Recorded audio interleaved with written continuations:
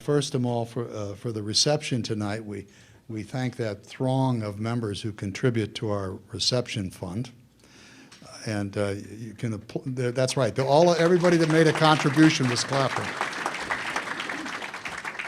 And for sponsoring the cable television rebroadcast, which, as you know, there are 2.6 million households in this network. So it's a nice long reach that we have within most of Maryland and into southern Pennsylvania. But Stevenson University is sponsoring this, and we're in their debt for doing that.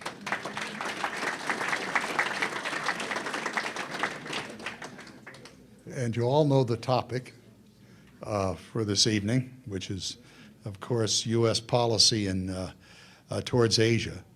And I started to jot down a list of my questions earlier in the day. I got up to about 35 and realized that each one of them had a long tree under it. And I imagine that nearly all of you have a similar list of matters that interest you in Asia. Well, no, that's right, I'd like to. But in any case, the list I know for all of you is long, and the wonderful thing about an evening like tonight is that our guest is responsible for looking at all of these things. And if anyone should be able to distill those long lists down to a central core, he should be able to.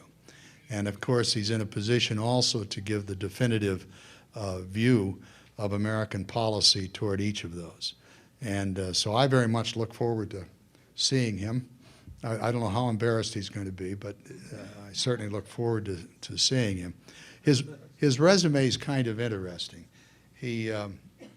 His Bachelor of Arts degree from the University of California at San Diego is in Science, Technology, and Public Policy, with minors in Physics and Music. And then he has a certificate in music, the violin, and political philosophy from Erzan University in Soviet Armenia.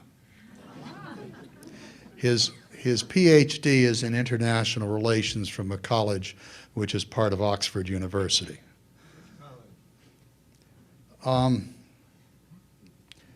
I think, and I don't have this literally in my mind, I think it's a Scottish word about 10 letters, and it's not Ballismoral, but it's of that kind, okay? If anybody can help me. Lane, you should be able to help me with that kind of thing.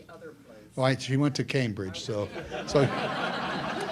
now, one thing that's going to bother you, though, is that our guest rode and played rugby for his college, and he won his varsity blue in tennis because he played in the Cambridge match.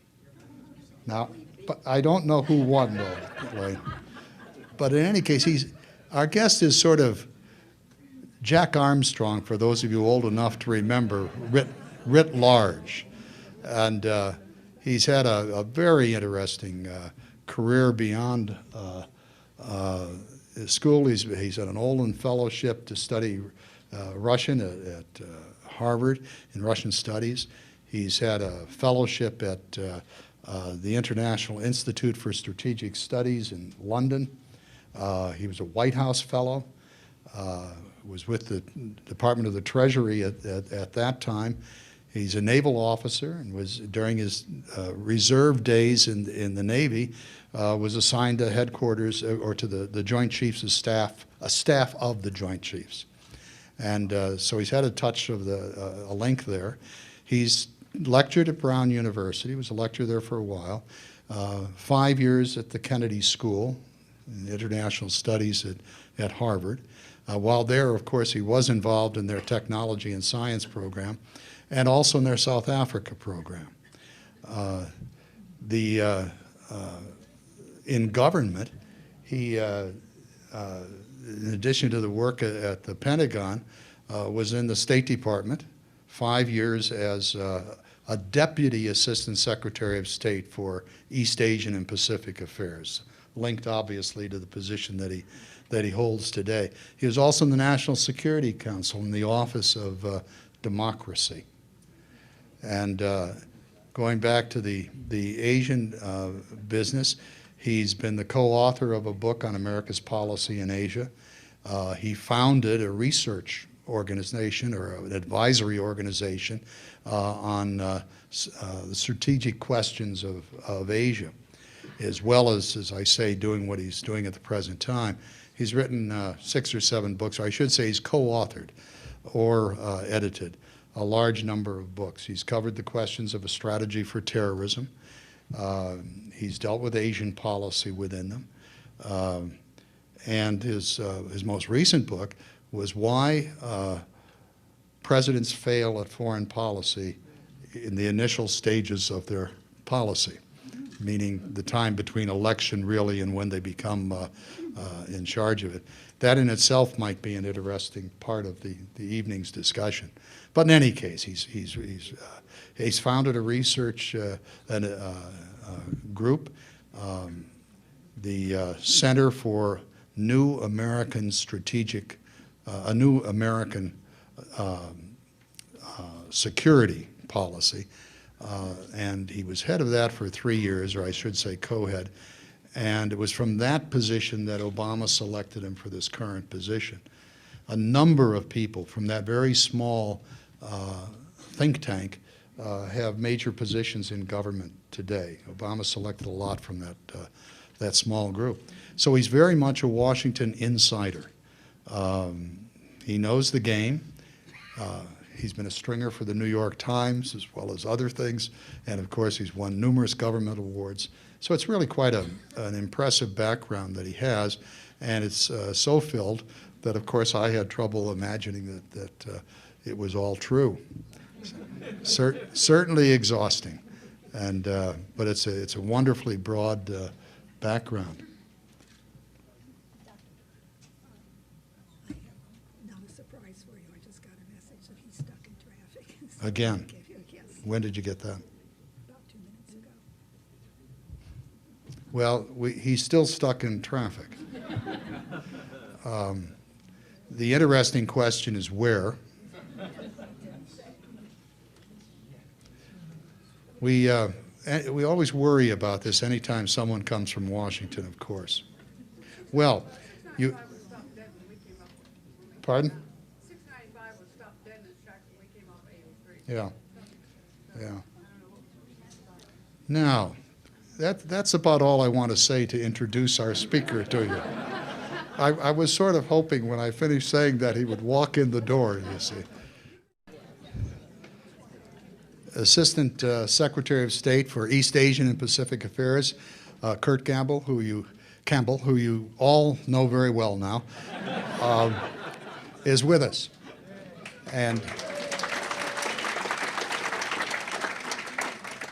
And for all of us who have a large number of questions, he's going to distill the whole huge subject down to its essence, the most important questions, and the State Department and U.S. government's policy with respect to those things. It's a great pleasure to produce the Assistant Secretary, Dr. Kurt Campbell.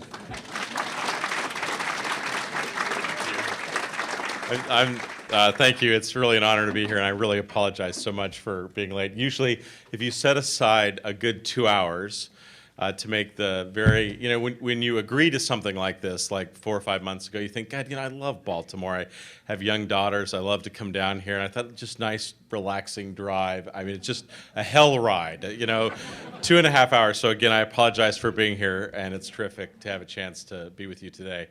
I've had the great privilege to serve over the last several months in a capacity that frankly, I'd hoped my whole life I'd have the chance to do, and working on a region that I love, that I'm fascinated by, Asia. And I thought I'd take a moment to tell you a little bit about what it's like, how sort of government feels. I had been nominated for this job last year. I'd worked closely with both then Senator Clinton and new Senator Obama. I had taught at Harvard when Senator Obama was then just a law student at the Harvard Law School. So my experience with him was primarily through one venue. We played basketball about 1,000 times, and unfortunately, I was almost on always the opposite team. And if you play sort of what we would call Boston rules, it's a little bit of pushing and shoving overall, but we've managed to get over much of that.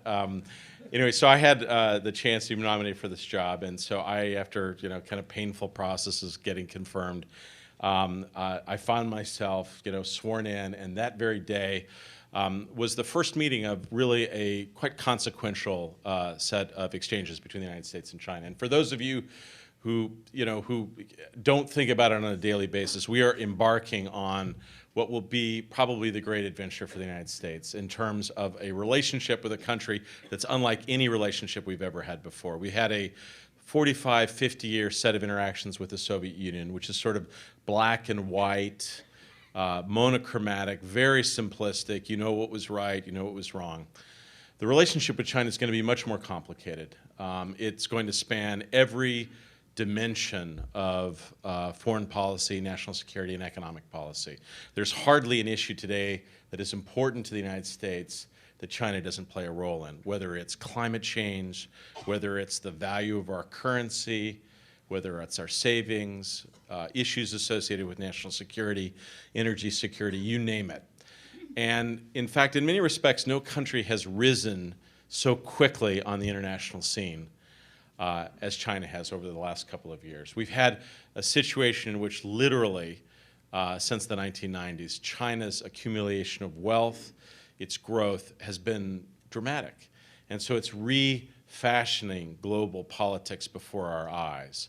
So anyway, this first meeting of what we call the Strategic and Economic Dialogue, which is a dialogue conducted between Secretary Clinton and Secretary Geithner, sort of the State Department and the Treasury. And those of you who know a little bit about those two institutions are the two oldest institutions in the U.S. government.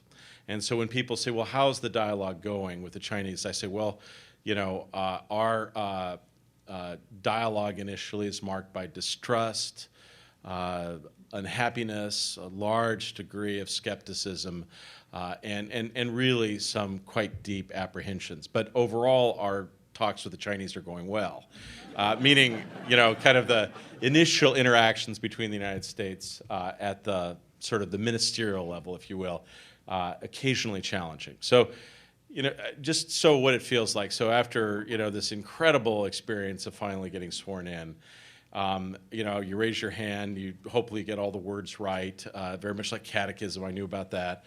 So I go downstairs and there's the black, cars with the sirens, and you get in and you're pinching yourself. And so we drive in, and across the street from the White House is a place called Blair House. Blair House is the official residence of when people come as guests of the President of the United States or the government of the United States can stay. And it looks like kind of a small brownstone, but it's in many respects very much like 10 Downing in London. It's enormous. It's about 65 rooms in total, and you can put a small army there. And so in this particular meeting, it was Secretary Clinton, the senior person from the White House, and myself. And I literally had to pinch myself, and we're going to sit down across the table with the key player on the Chinese side. His name is Dai Bingguo. Very influential, a very sort of dynamic guy, plays a large role, not just in how China interacts with the United States, but with particularly the countries on China's border. North Korea, a lot with Iran, issues associated with Afghanistan and Pakistan. So he has that mixture of both toughness, and he can turn on the charm whenever necessary. So we're in the meeting, and we get going, and it's just very exciting, small little table. And we're interacting with one another, and pretty soon it comes to my turn, and I'm going to make my presentation. I'm thinking, God, this is really all that it's made out to be, you know, wonderful excitement. And so I'm about to start talking, and Dai Guo stops and says, just a moment, Secretary Campbell, can I just say a moment? I said, sure. And he said, you know, we have been seeing your face on TV, because we knew you were coming to this job, in Asia over the course of the last couple of weeks. And I must say, on TV, it looks like you have a big fat head. But in person, it's human size. So I'm thinking diplomacy, right? This is, you know, and I was so shocked. I actually didn't really know what to say. I mean, it's just so unusual.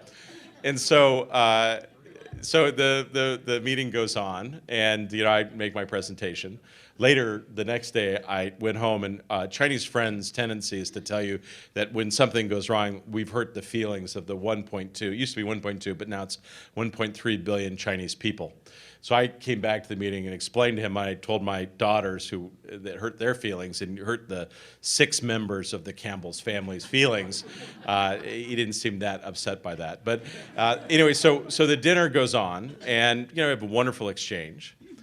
And then at the end of the dinner, there is a gift exchange, and you can just tell that this is a big deal.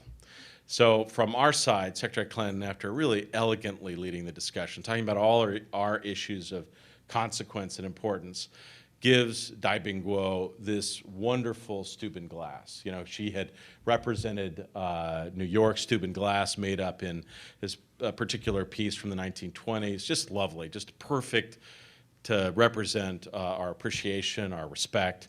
And so Chinese friends thinking, our turn to give this gift. And you can just tell they're a little bit like kids at Christmas. They're so excited about this gift. And so we waited, and they rolled in on one of these little carts with a glass thing and with a towel over it, right?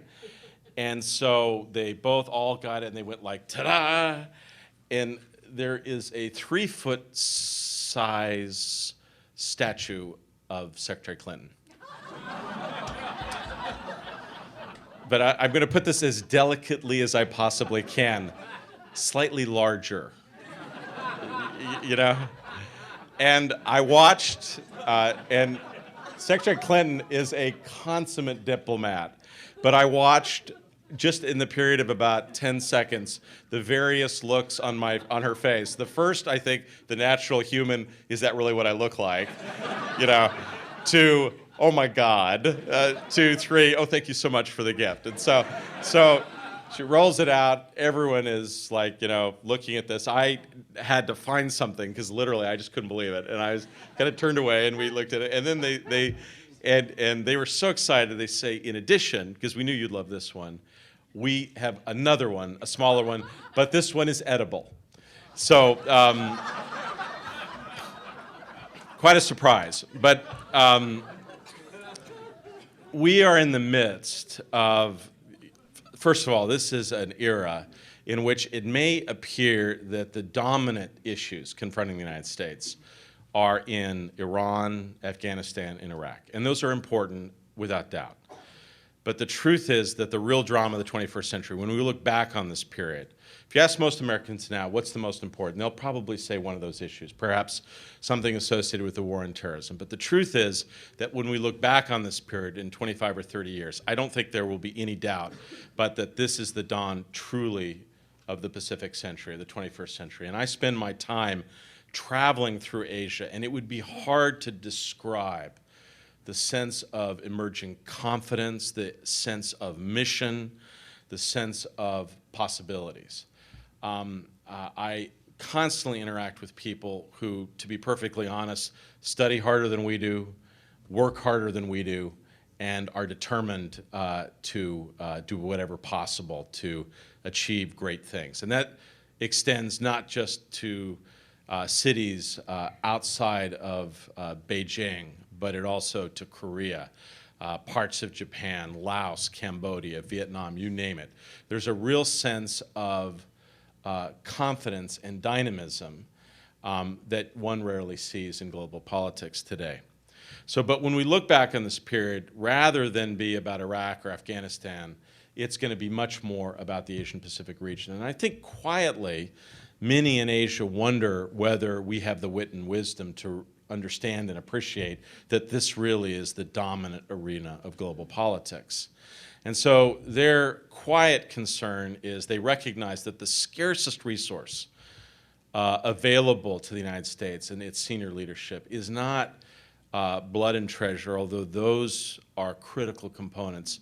It is actually the time and attention of the senior-most leaders in the United States, and a profound recognition that you only have so much time to be able to focus on specific matters. And they wonder, do our leaders have the time to recognize the drama that is playing out before us, both economically, politically, and strategically? And I think that's an open question. And that really is not a partisan question, it's a bipartisan question. They wonder, does the United States at the strategic level understand what's transpiring in Asia? Now, I must tell you, as a person who was trained as an Atlanticist and sort of a Cold Warrior, I'd studied in the Soviet Union, spent a lot of my time in Europe.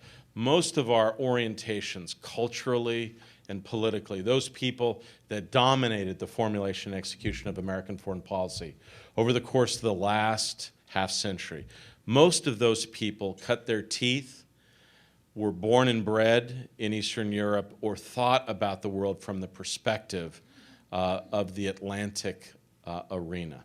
And even to this date, where our capital is, where our people are, where our elite fundamentally still practice politics, there is a continuing focus on Europe. And that still dominates policymaking more generally. But rapidly, you're going to see this process changing. And you will find that countries like China, but not just China, South Korea, even Japan, are going to ask to play a larger role in global politics, and the United States has to be prepared for that. Now, I'm from California, and so we more normally think about the Pacific as part of our sort of heritage. But I would argue with you that that's going to increasingly part and parcel how the United States thinks about the world going forward. Now, what I can tell you is about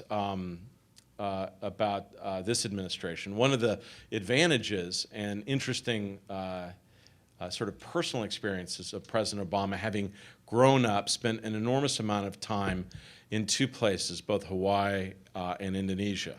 And as I've talked to him, I've realized that he was brought basically around Asia by his mother during many of her trips. And so, although we've had presidents who've had experience in the Asian Pacific region, like Ronald Reagan and others, I think in many respects, President Obama could be described as our first Asian Pacific president.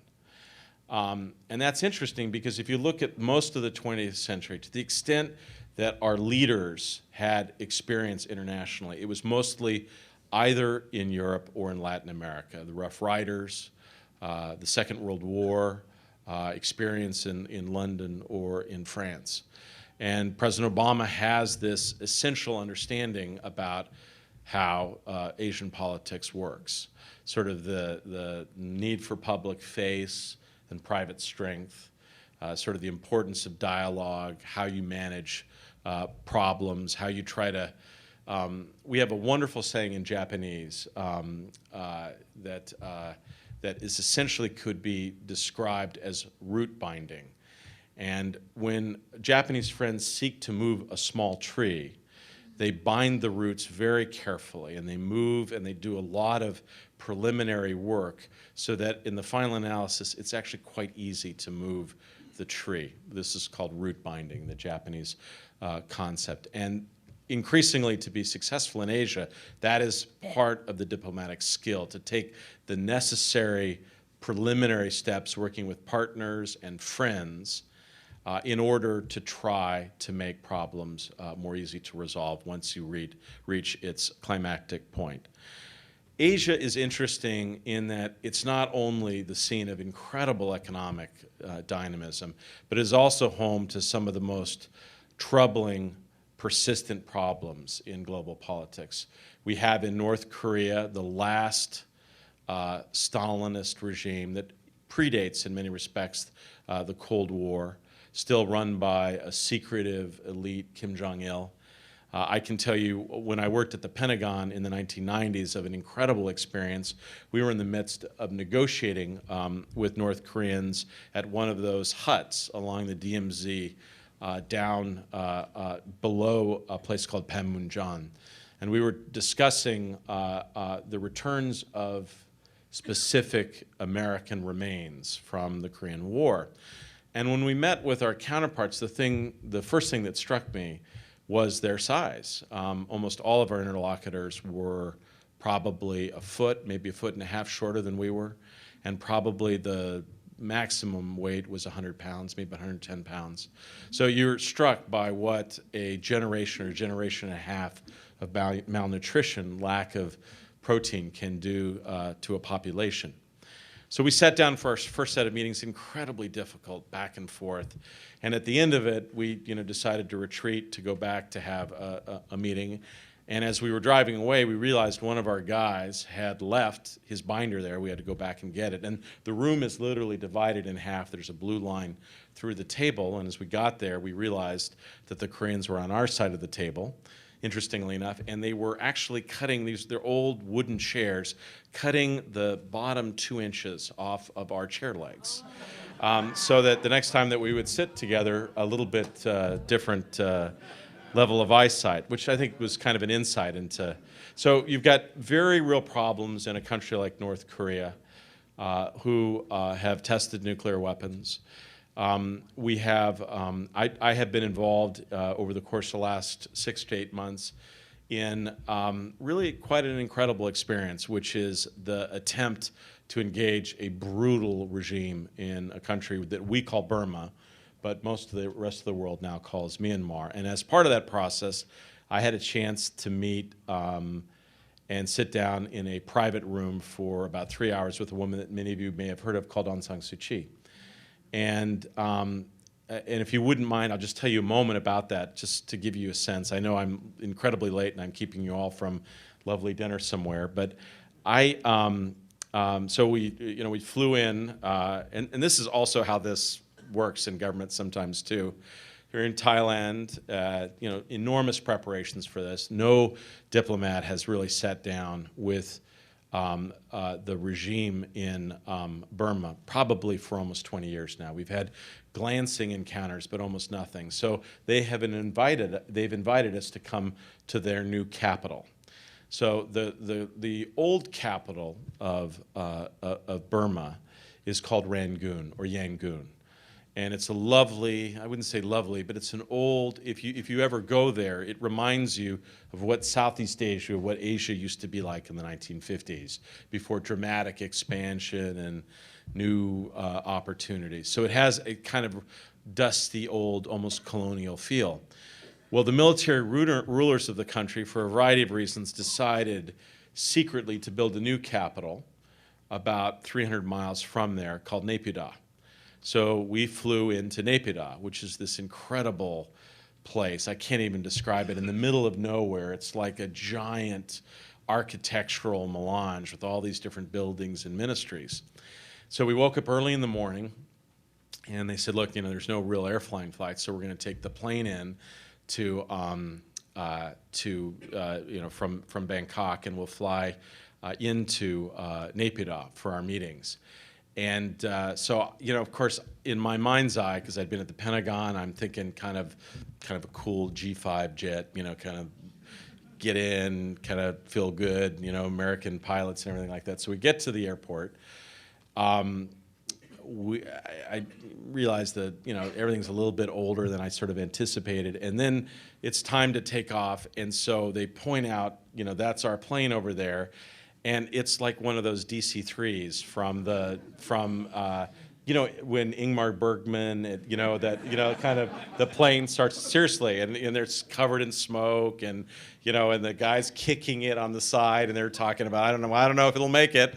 So we get on the plane, we fly there, we have pretty interesting, very complicated, very challenging discussions with them about their future. And then we fly down to Rangoon, and we're rushed into cars. We're driven kind of quietly. At the center of Rangoon is a lake, a magnificent lake, very beautiful. On one part of the lake, Aung San Suu Kyi's house is, where she's been under house arrest for almost 22 years now, on and off.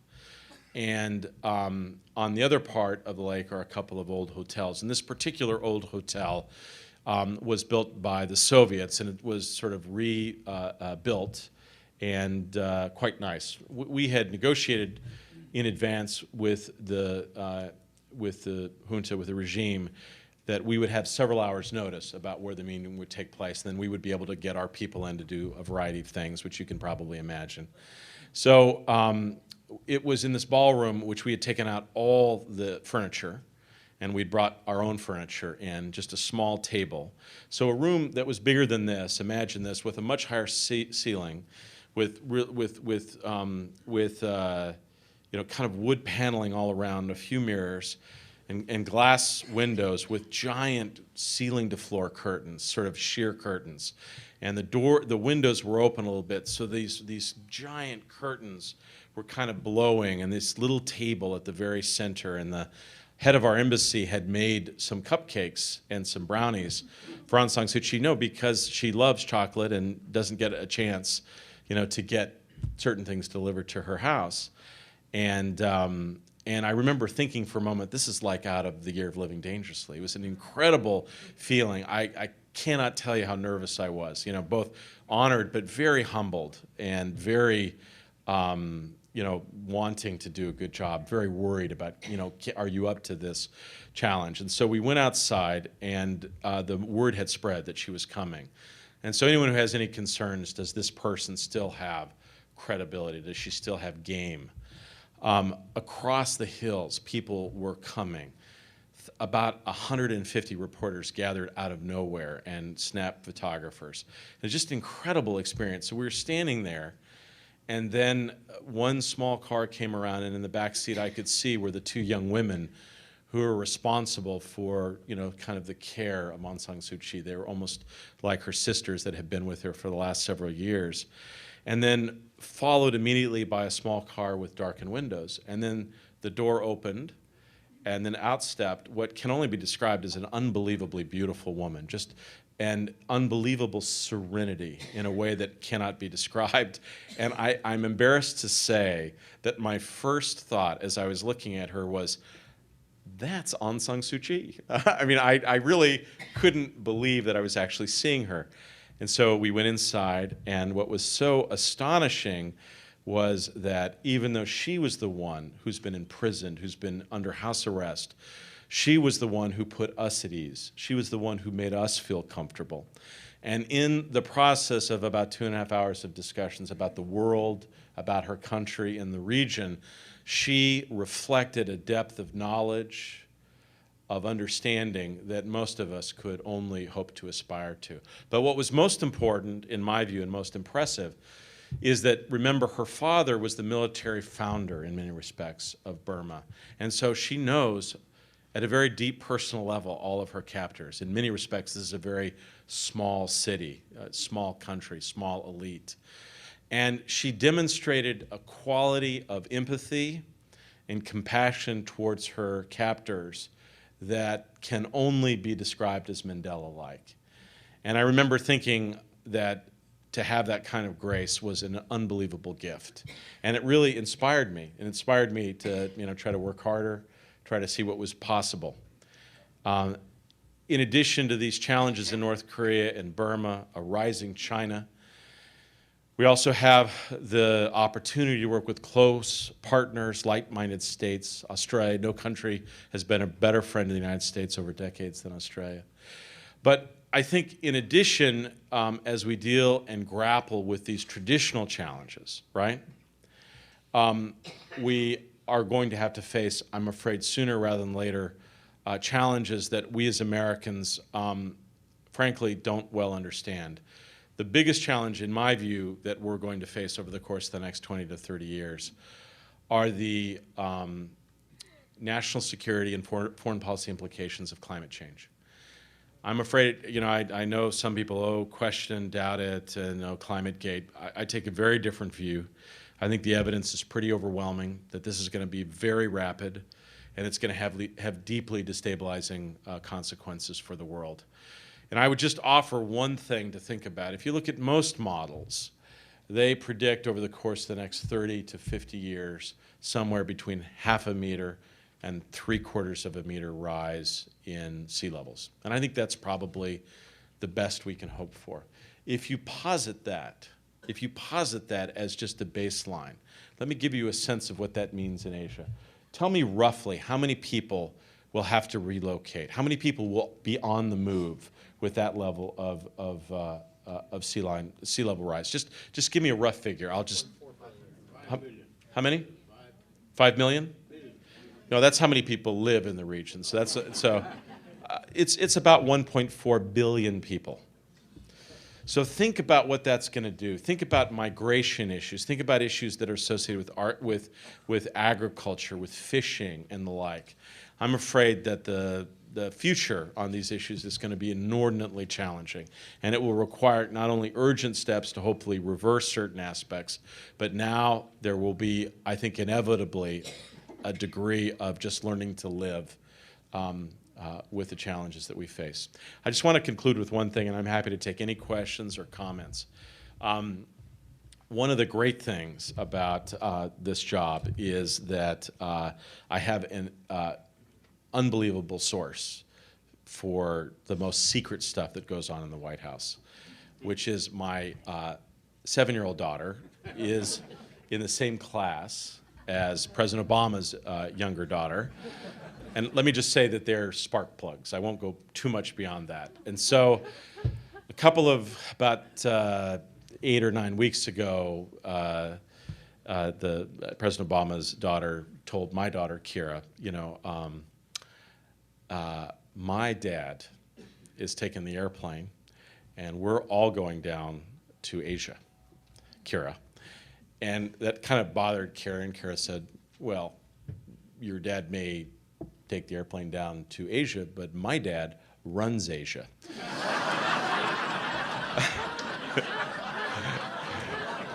And so she got home that night, and I said, sweetie, never say that.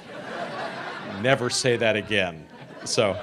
But when I ask her, I try to get a sense of what she like, and she says, well, she's a very good swinger. She swings very well. So anyway, again, I'm really sorry for being late. I really appreciate your patience.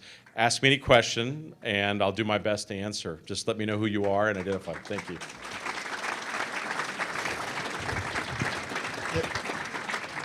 Thanks much. Just for the benefit of our camera, if you'd repeat the question. Sure. It's necessary. Okay. Thank you. The question is about Chinese policies of control towards Tibet and what motivates that. It's a very complicated question, and I would just say one of the interesting features of Chinese policy right now is that we confront a China that's increasingly assertive and I would say confident in global politics. But in terms of domestic politics, I think still shows signs of substantial insecurity and uneasiness.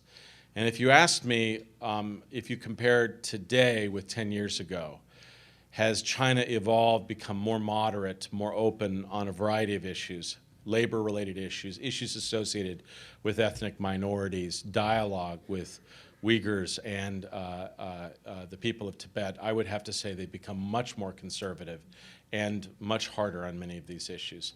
I think the real issue for them here is not issues of natural resources, but very real concerns still about perceived challenges to their authority and the worries about what they perceive as sudden uprisings. And the most recent challenges, and you can call them challenges, you can call them what you like, both what happened with the Uyghurs in Tibet, and also with Falun Gong. Each of these three very different, but came from Chinese perspective almost out of nowhere with very little warning. And I think that has occasionally left Chinese leaders anxious and uncertain and much more inclined to take tough measures early in a way that I think we actually have some very real concerns about. The President and Secretary Clinton met with the Dalai Lama about a month ago. We remain committed to a dialogue and working with him. He is a religious and spiritual leader, and we think he has an important message of peace and dialogue that we would wish very much for Chinese friends to embrace. We have seen some quiet behind-the-scenes dialogue between the two sides, but not enough. And the hope is that as Chinese friends become more confident, and they also recognize what a gift the Dalai Lama is, and that you have the best potential opportunity to work with him, that you'll see some flexibility, perhaps a little bit of flexibility on both sides. But ultimately, this is one of the great challenges in terms of U.S.-China relations. Yes, sir. These are excellent questions, and these are exactly the issues that we work with on a daily basis. The question is, what will happen in terms of the negotiations with China over Iran? The secret, in my view, to being successful in terms of formulating and executing policy towards China, the first feature is that one has to be very clear about what your hierarchy of interests are. You've got to communicate to Chinese what matters the most to you. Now, what you would like very much over time is Chinese friends to appreciate that we face a host of global challenges of which they have an interest in seeing solved peacefully. I think occasionally still, though, when we interact with Chinese friends, they tend to think of these sort of give and takes as transactional. What do you need? What do you want from us? And then what do we need from you? And so when we have interactions with China currently, we have a hierarchy of interests, of things that we'd like to see progress on. And I would say 1 and 2 in some order, just to be very blunt. One of those issues is Iran, and we want very much China to join the P5+1 process, to join with us on real sanctions that make it very clear to the Iranians that a continuing pursuit of nuclear weapons is unacceptable to the international community. That process will be tough, but the Chinese today came to the negotiating table, to the P5+1 process in New York. That's a very important step after months of some uncertainty about whether they would join. So the first issue is to try to make sure that you have a clear hierarchy with Chinese friends of what your expectations are. The other issue that we're very involved in, obviously, right now is associated with currency matters. And I don't need to tell Americans who are still suffering on issues associated with jobs and exports about how important this is. And Secretary Geithner is currently, has just left Beijing after discussions with central bank authorities and others. The second, I think, feature of a successful engagement with China is to recognize how you best are able to get results. And my experience is that if you can bring other countries to the table to get them to support you in this endeavor, you have a better chance. So if you can get European states, others in Asia to work with you, so China feels a little bit as if it doesn't want to be an outlier, that's very much to your benefit. And the P5+1 process, I think it's very clear that China does not want to be an outlier in that venue. And just as an aside, the interesting challenge here, if you're sort of thinking about American policy, we have 2 wonderful countries that we work with in Asia. One China, the other India. India is another arriving state in global politics, increasingly looking east, spending time trying to develop closer economic, political relations. The most important improvement in bilateral relations for the United States over the last decade is between the United States and India. But the challenge for us is that we face 2 very different circumstances. In China, China likes very much, we need to bring countries together to provide a context for China to think about making a decision. And they don't like to be alone and isolated. Where India lives to be alone and isolated. They like to be out there leading the charge, sometimes alone on principle. And so crafting a policy on climate issues, on trade issues, on environmental standards that basically appreciate sort of the anthropological complexities of how both countries negotiate is a critical component. I would say I'm relatively optimistic that we're going to be able to get cooperation from China. President Hu comes to Washington next week. I would say that this will be issue number one in the dialogue between our two leaders. It's a great question. How receptive are Chinese friends to issues associated with global warming? First of all, let me just begin by Chinese. You will deal with more people with technical training in China than any country in the world. So these are people who actually have deep backgrounds in science, mathematics, economics, and so they're in engineering. They're extraordinarily well trained. And in quiet conversations I've had with Chinese friends, they actually recognize very clearly the problems that lie ahead. Their principal concern, to be perfectly honest, is an issue of what they consider to be climate justice, if you will. That they believe that the accumulation of carbon that the industrialized democracies have placed in the atmosphere over the course of the last 100 years should not be their responsibility, and that there should be more focus placed on these countries paying a larger part of the bill. And so what they continue to focus on is not the aggregate level of carbon contributions from China, but the per capita level. And so at a per capita level, China is very, very low. But at a national level, it's now the dominant contributor to climate increase, heat gases, methane, and carbon in the environment today. I think that we struggled to the beginnings of certain kinds of consensus in Copenhagen, but the truth is that Copenhagen was a very challenging diplomatic venue, and we probably learned some of our lessons, that to do real consequential diplomacy, there needs to be a smaller group of states. So for instance, if you look at the G20, which is the new vehicle of dialogue that includes the G8 plus the new countries from Asia and others, India, Indonesia, South Korea, and others in Latin America. If you take them together, they comprise basically almost 90 to 92% of all the carbon emissions.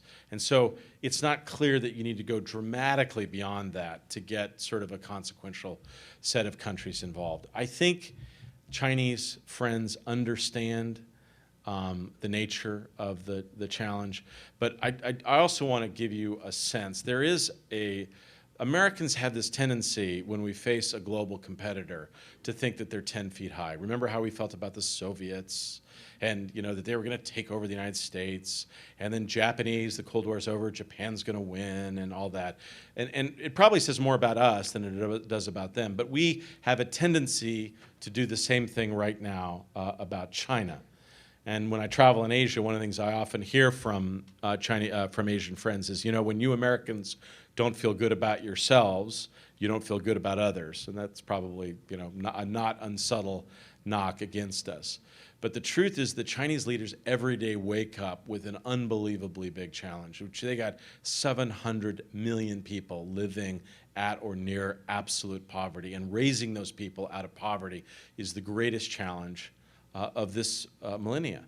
And so they're worried that if they take dramatic steps in terms of putting in place clean energy and the like, that it will slow their economy dramatically, thus leading to instability. But they're also worried that if they don't take steps and gases continue to pile up in the atmosphere, that much more rapid climate change will lead to the melting of the glaciers, the rapid desertification of the Gobi, problems associated with breadbasket agricultural issues in China, and they're concerned by that. So there is a balance that's playing out. I do believe, though, that a consequential set of discussions is possible. My biggest worry, my biggest fear, is that climate issues are now, I had hoped that climate would not be a political issue, that it would be an existential issue. but it is now falling neatly into this unbelievable divide that we have in the United States between the Democrats and the Republicans. And I consider myself a pretty bipartisan, kind of middle-of-the-road guy, and I would appreciate, and I'd feel much better if this did not degenerate. So I have actually, in some respects, more confidence in other countries right now on climate-related issues than I do about the United States. Yes, ma'am. Jen asked the question about what about American foreign assistance to these countries? What does it mean? You know, what's it directed towards?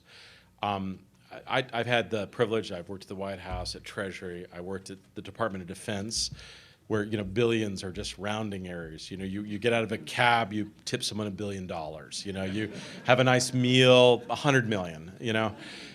So in my first set of briefings at the State Department, this will give you a sense of what this is like. So wonderful staff, incredibly loyal, dedicated to the mission. So we're talking about the distribution of money towards various things. And we were talking about a specific pilot program about education for girls that the State Department would do in conjunction with the World Bank in a particular small country in Southeast Asia. So I'm getting briefed on it, and I'm thinking, yeah, you know, $32 million is about the right amount. I think it's a good amount to get this program started. And there's kind of an uncomfortable silence in the room. And so finally someone gets up to come and say, actually, sir, that's $32,000. And the truth is, what is not as well understood by Americans is that we spend hundreds of times more on military issues than we do on the most basic issues associated with assistance and foreign policy. And one of the impressive things about Secretary Gates is that he actually knows that this mismatch does not serve long-term American interests, and he has supported very much Secretary Clinton's desire to increase our ability to provide foreign assistance. Ultimately, though, we will have to work in conjunction, and we have to work smarter. The most interesting efforts I've seen have not been just strict, provision of assistance. And by the way, there are many economists that question whether those kinds of relationships that lead to sort of dependencia, sort of dependency, are the most effective. But it's those public-private partnerships on disease eradication, on certain education. We work very closely with the Gates Foundation and other foundations, MacArthur, on some specific areas of concern. I think we're going to have to do more with that, more with other international financial institutions like the World Bank. We will never go back to the era where the United States, was the dominant player in global financial assistance. In fact, one of the things that we're finding increasingly in Asia, by orders of magnitude, the country who brings most to the table in terms of assistance is not the United States, it's not Japan, it's China. Yes, we have a very large military presence on Okinawa. Our interests are to keep some elements of that there, but that we must diversify in the Asian Pacific region, and we must ease the burden on the people of Okinawa, which is very substantial. We do have what we call a NIMBY problem in Asia. There is a broad appreciation that the presence of 4 deployed American forces is critical.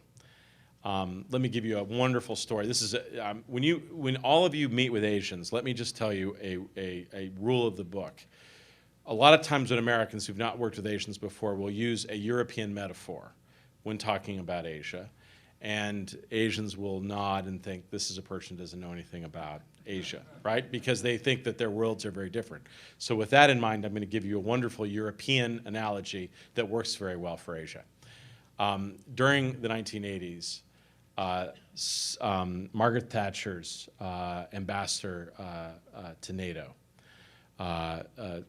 one of her closest friends, former General Lord, was sitting in a room in which a group of French, Germans, and others were going on about the usual characteristics of the United States. We dress poorly, we eat poorly, we're dumb, we don't coordinate, we're clumsy, the whole long litany of sort of Cold War critique of the United States. And after about 20 minutes of this, he said, alas, they are the only Americans we have. In many respects, that is the situation that currently we face in Asia today. despite all this excitement in Asia, quietly, there's an enormous amount of tension and distrust. And most countries in Asia believe that we still are the best protector of peace and stability. And so most countries badly want the United States to remain in the Asian Pacific for the foreseeable future. But still, many countries have problems with having our forces in their backyard. And so we've done better of late. We've done more in Singapore, more in Guam, more in Malaysia, but we need more support in order to allow U.S. forces to be forward deployed. We have a new government in Japan. We're in the midst of very consequential discussions with them. Ultimately, I'm optimistic that we're going to arrive at a satisfactory conclusions which allow us to maintain some foothold there, but also allows us to disperse a little bit in the Asian Pacific region. Let me take one more question. Questions about China and Sudan, China and Africa. I think one of the things that we have seen in the last 15 years is that if you travel anywhere now in global politics outside of Asia, anywhere in Africa, anywhere in Latin America, you are much more likely to run into Chinese delegations than than any other country, frankly. But many of these delegations are really not about politics. It's all about issues associated with mineral wealth, oil, gas, and the like. And that animates a lot of Chinese activity in Latin America and Africa. We have worked very hard behind the scenes with China to get them on side with us. General Gratian has interacted with them on a regular basis to try to make sure that they understand the consequences of their action and what we're trying to accomplish there to bring to an end what is really one of the greatest humanitarian challenges and, I think, disasters of recent years.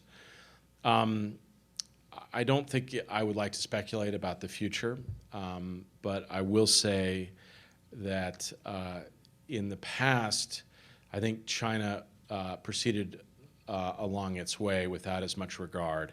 And we're seeing more signs in more places that they are more tuned to domestic politics, largely not only because other countries are bringing those policies to the attention of the global community, but increasingly African and Latin American states are raising questions about, is China just simply another country that's coming in that's interested in our natural resources and not as interested in the development of our indigenous institutions and the furtherance of prosperity of our people. Let me take one more question. Okay, that's sir. Is the would we pay the price to get Iran to and would we walk away from our arms sales to Taiwan? The answer is no, and absolutely not. And you can't solve one problem and make another problem worse. And so the truth is that we believe that there is a process of dialogue, a peaceful dialogue across the Taiwan Straits, which is appropriate. We want this matter, these issues solved and debated and discussed peacefully. The United States has a congressionally mandated responsibility to provide defensive capabilities and the wherewithal to respond if necessary should there be a disruption in peace and stability across the Taiwan Strait. And at the same time, we believe it is of the foremost national security interests of the United States and our allies to stop Iran from acquiring a nuclear capability, a nuclear weapons capability. And I think these two things are separate. They should remain separate. And we've made very clear to Chinese friends what our expectations are. Thank you all very much.